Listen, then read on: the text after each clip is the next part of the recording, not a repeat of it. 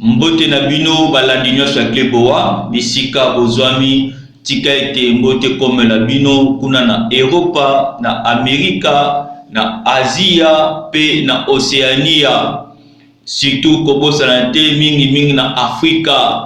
Tolobete nzambe apambola bino kaka nde tolobaka ete bopambolami. Ndeko masolo na kosolano lelo eza masolo oyo tozolobela mboka na biso Congo. Eza masolo oyo tozolobela ba accord pe signement soi-disant et signement entre président Félix Antoine Tshisekedi Tshilombo, les garants de la nation, et le sénateur à vie Joseph Kabila.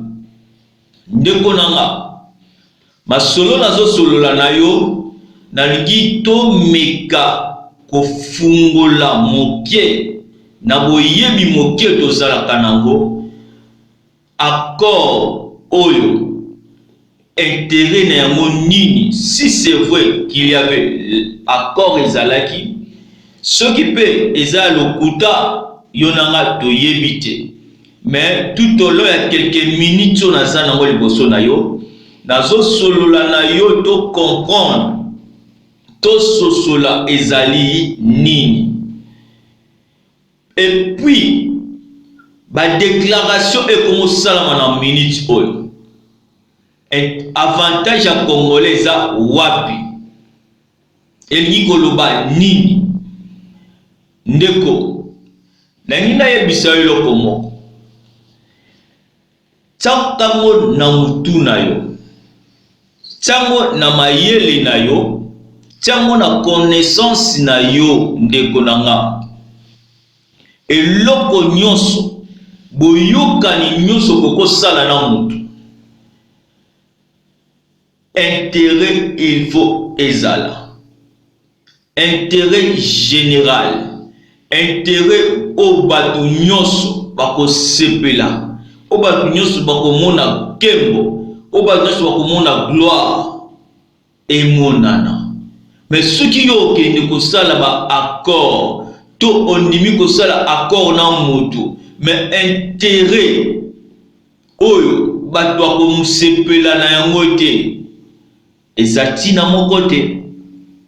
Je crois le président de la République Félix Antoine Tshisekedi Tshilombo Fachi Beton a lobby clair pendant quelques minutes, 6 minutes à lobby. Il a tout dit.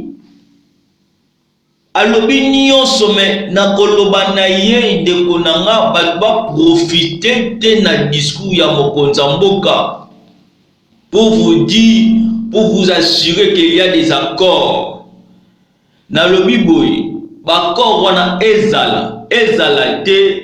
Na minutio intérêt à congolais zate pe accord wana e ate zalaki, mais na minutio le président parlait mokonza mboka lobi clair alobi eza na accord moko te oyo ekoki kozala au-delà ya intérêt ya peuple congolais. Peuple oaza souverain primaire. Président, il a bien dit, peuple congolais na so yebisa bino, muto ko sabino te, muto ela bino ba discours ya lokuta te, muto ela bino ba propos ya lokuta te, muto ela bino te côté tala muto na so yebiso lelo peuple congolais, le président a tout dit. Aloba chango clair. Que eza na accord moko te oyo ekoki koleka besoin ya peuple congolais. Eza na accord moko te oyo ekoki kofaire souffrir le peuple congolais. Intérêt ya peuple congolais il faut ezala toujours ya liboso. Intérêt ya peuple congolais il faut ezala au-dessus ya ba accord na biso. Accord nous sommes au Sala, faut Congolais à se retrouver. Mais comment bino bosali ba accord Congolais se retrouver te pe bozo tala bien aimé ndeko nanga Congolais sikozali faut batwa ka soni yonto batwa so ba ke facha so lia bango kaka ba point facha so tap azo marquer bango kaka ba point bazo sutuka na retard ndeko bakor na lobi te que exact mais ce que moi je retiens dans le discours du président à lobi boye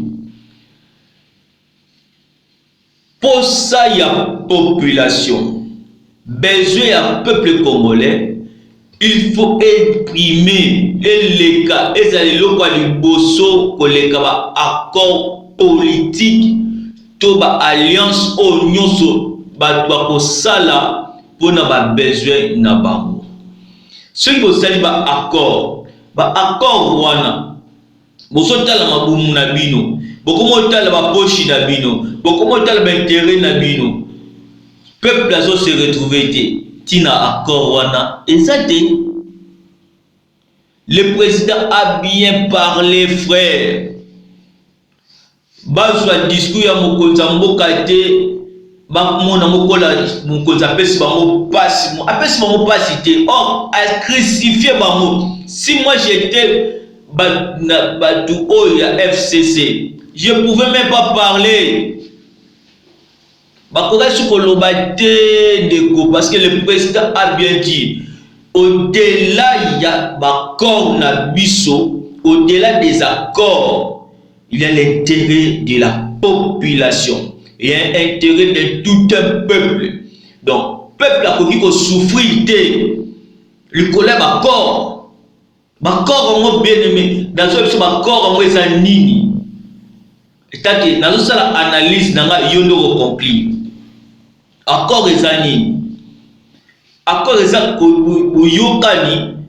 bosangani bozwi likanisi moko botiamo ensemble bukomi moko na likanisi moko na idée moko po progresser botambola ensemble nde tokoki kobenga ba accord tokobenga eloko boyokani. Président Fachi ayokani na rais Fachi Beton ayokani na rais accord ya liboso peuple congolais na lobaka mpe na kotikala ka kolemba te koyebisa yo accord ya liboso eza constitution na biso parce que eza livre oyo yo nanga to vota makambo ekomami kuna yo nanga to vota yango livre wana m'excuser livre wana ne esangisi lelo président Fachi Beton lokola azwaki présidence mais na parlement azana ba député te bazaki mukie nde kon esengi na bango bafanda ensemble pour batambusa elongo na sous direction ya président de la République Félix Antoine Tshisekedi Tshilombo kolalisama na ba accord wana au conseil lobby ndi bafanda ensemble accord ya mibale tozomona ndenge bayokanaki ke biso toza na bakota ya boye ekende na cash kota ya boye ekende na biso na FCC ndenge bayokanaki esalamaki mpe bongo mais ekomi na kosala musala au président Zoloba premier ministre boya ezalaka te nazoyebisa bandeko Kabila na 2000 na 2006 asali alliance na Palu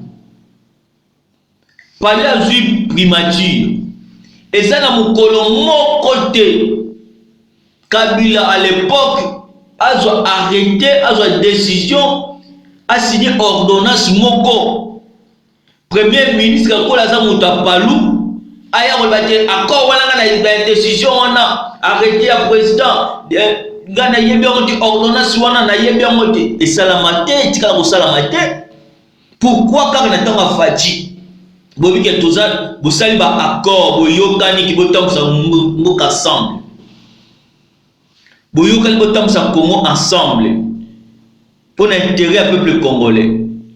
Les millionnaires bondimi ko les bosali accord bondimi ko la coalition on a c'est accord bondimi botambula ensemble mutu moko na komi ko diriger c'était Félix Antoine Tshisekedi Tshilombo parce que ye kaka mutu moko oyo ba congolais nyonso ya mboka oyo ya mokili o ba vota ya RDC ba vota sans cause ni mutu nyonso na Congo a muta vota ki za Fadji au député ba vota na moko moko au sénateur c'est 4 personnes c'est 5 personnes ba vota est-ce qu'on se mesurer la président de la République oyo Congo mobimba ba vota ki ba pesi ba kanisi na ba pesi charge ya vie na bango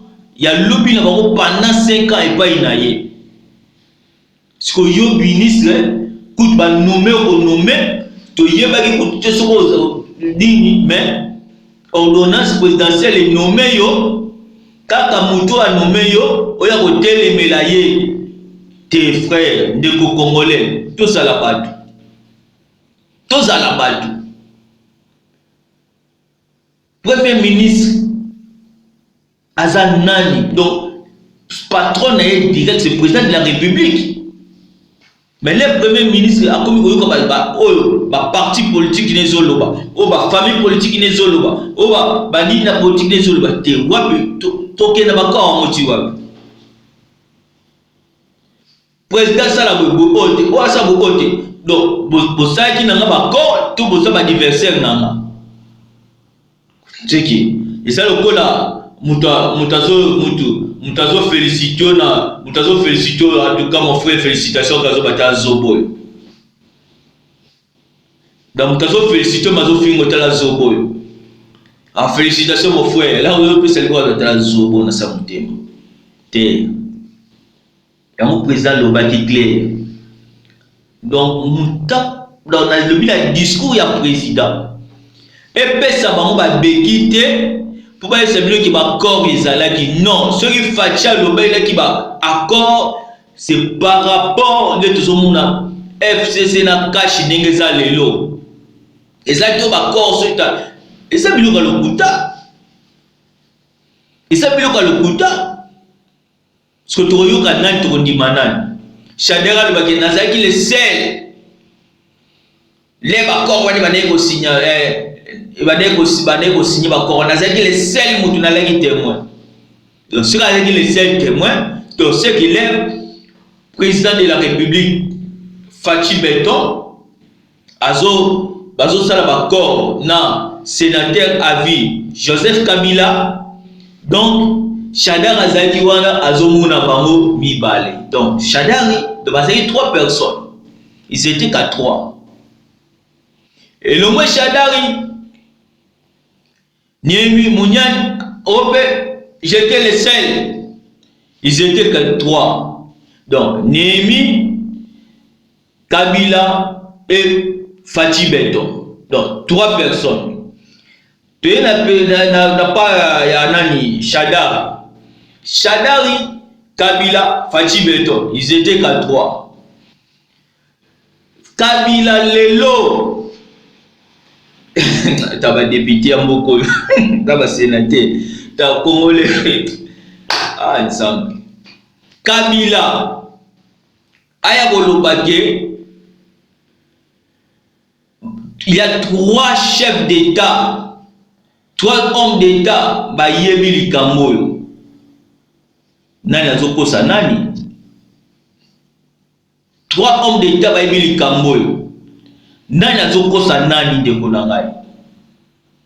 Donc 3 fois 3 donc Chadari azalaki balaki 3 ni nani susu Nemi balaki 3 chefs d'état bayebi makambo yo ndeko na ngai bakosa nani ya un peuple congolais ceux qui ba accord na bango ezalaki tolobi na minute oyo ba accord ezala te ezalaki ceux qui peut ezalaki te mais biso tolobi boye congolais lobi boye toza sima ya mokonzi mboka Félix Antoine Tshisekedi Tshilombo.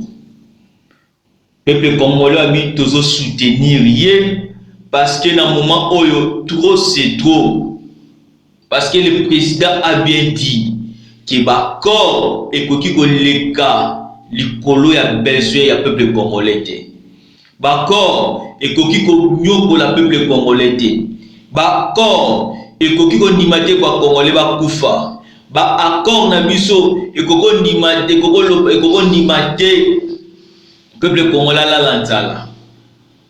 Ba accord na biso ekoko ndimate peuple congolais azanga classe ya mo bien-aimé esiko zali na lobi na yo kozala discrété to comme na moment où ça crucial l'air to aussi ba destin ya Congo na maboko na sengi na ba homme politique Lamuka MLC Nouvel Élan ba parti politique ya MLP bo soutenir mokonzi mboka.